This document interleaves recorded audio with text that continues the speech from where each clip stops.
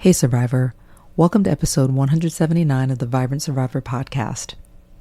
This week, I found out that the jury in the murder trial had reached a verdict after an 8+ year wait. And even though I've thought about this moment, I've prayed about it, I prayed for very specific outcomes. As soon as I got notified about the fact that they had reached a verdict, my body immediately started shaking and I felt nauseous.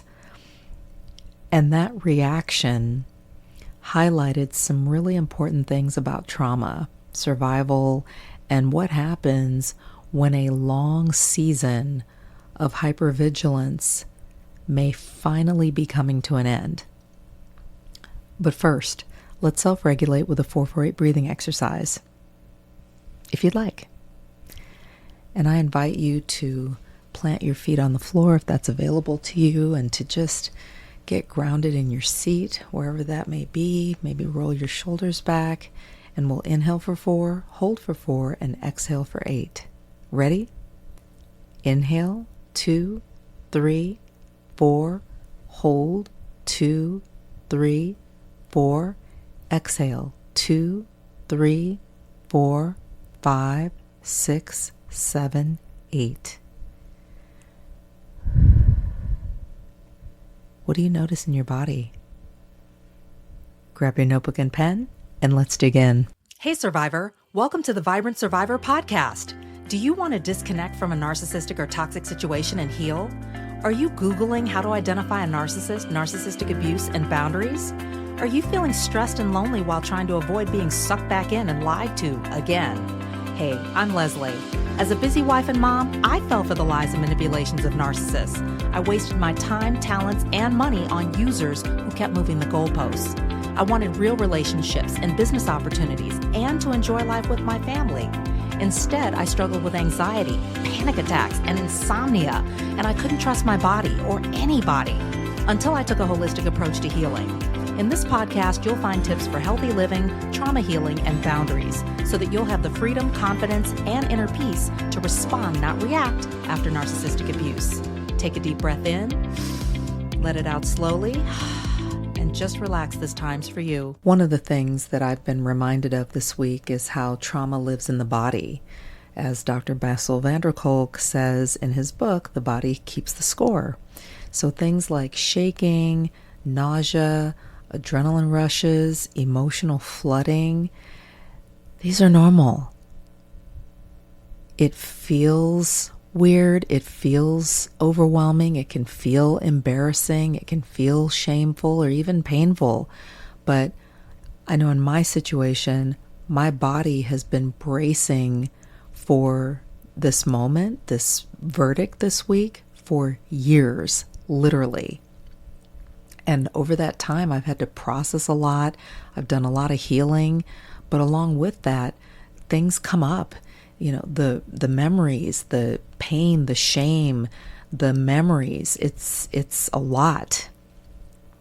Another thing that I've been reminded of or come to realize is that the end of a trauma chapter can feel destabilizing in a lot of ways. And I don't think I fully expected this, but it's really important because a lot of times we think that closure feels peaceful and it's like rainbows and, you know, waves of calm, and all the things are just this like stillness and kind of meditative posture. But a lot of times it feels surreal. It feels overwhelming. It feels disorienting. And also, another thing that I'm realizing is that it can be kind of addictive in a way, because survival mode, you know, the overwhelm, the trauma, the drama became familiar for a long time. And in my case, it went on for a long time. So it becomes almost like a part of your routine. And when that's gone, even if it's for a good reason, it can feel like, kind of like withdrawal. It can feel like something's missing, like you almost are fumbling and stumbling your way forward in the aftermath when you finally get a certain degree of closure. Another thing that I've come to understand is that two things can be true at the same time. You can feel grateful and you can be grieving. You can feel relief and you can feel anxiety. You can feel ready and you can feel emotionally overwhelmed. So more than one thing can be true. And it feels strange and it can feel like a little bit of a back and forth and a little unsettling, but it's normal. Another thing is that it's so important to focus on your health and well-being during really highly charged emotional times. And this week definitely showed me that, because it was like an emotional roller coaster ride. And there was a lot of intense things happening. Jury deliberations, closing arguments, all kinds of things. Tension in the courtroom, the anticipation of what the outcome would be, the cumulative effect of waiting for 8+ years for closure in this situation. So some of the practical things that I realized, just the importance of hydration. It's so easy to forget and to just skip it. Things like breathing or breath work, like we do on the podcast every week with the 4-4-8 breathing exercise. I pulled that out of my toolbox many times just to get through and sit through the trial as things were wrapping up. Things like grounding, whether it's holding on to a piece of black tourmaline or just taking time to meditate, holding my husband's hand as he sat next to me in court this week. And because I had been kind of going a lot on my own, being around supportive people like my husband, even my friends who also were close to this particular case.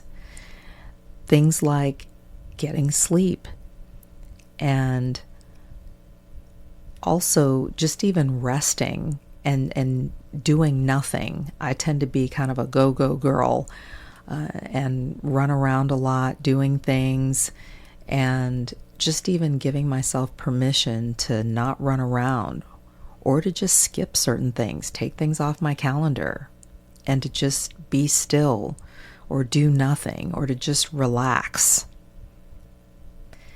Things like spiritual practices, praying, going to church, journaling, meditating, things like that are so important and so helpful and grounding themselves. And I really leaned into that a lot. I finished up Codependent No More, which I've been really focusing on that, rooting codependency out of my life. And that was really encouraging and uplifting, gave me a sense of accomplishment. Things like pacing myself emotionally and, not taking on more than I can handle, or just removing myself from situations or choosing not to put myself in situations that would be emotionally stressful or taxing. Ending conversations or just shifting gears is really helpful in terms of practicing self-care. Those are things that can be underestimated when you're in the throes of a highly charged situation. So things to keep in mind. And so this is not like fluffy or surfacey self-care. And there's a time and a place to do that kind of thing or indulge in that kind of thing. But I'm talking about real body-based self-regulation, real grounding that is going to, stabilize and help to balance your body and brain. Another thing that has come up for me is just the fact that healing is more about learning to stay present in the moment without abandoning yourself. And it's not about like hurrying up and moving on or getting over it. Those are more what I consider to be signs of just an unwillingness or inability to sit with discomfort. And in traumatic situations or really tough circumstances, triggering moments, that's going to happen. That's normal. But this is not numbing out. This is not spiraling or crashing out. And also just not pretending or faking happiness or joy, but really getting grounded in the moment, staying present, really sitting with discomfort at times or hard emotions and moving through it and adding in those tools from the toolbox like the 4-for-8 breathing or just the support of your network or meditation, visualization, things like that. It's like being able to just be in the moment without losing yourself in the moment. So important. And I know for me this week, it's been quite the emotionally charged week. And hearing about the verdict being reached, my body literally reacted before my brain could process or catch up. And that's what happens with trauma. Totally normal. And your nervous system doesn't automatically recognize when a danger or a source of danger or a perceived threat or real threat may be finally coming to an end.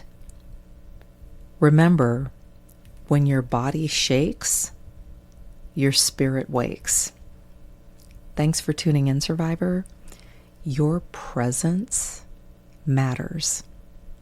Take care, and I'll talk to you soon. If this podcast has helped you understand who and what you're dealing with, sharpen your discernment, and move forward on your healing journey, share it with another survivor. Help me help others by leaving a review for the show. And let's connect on social. Take a screenshot, share it in your IG stories, find and tag me at The Vibrant Survivor, and I'll share your post too. I look forward to connecting with you on IG and seeing you back here. You're not alone and you're not crazy.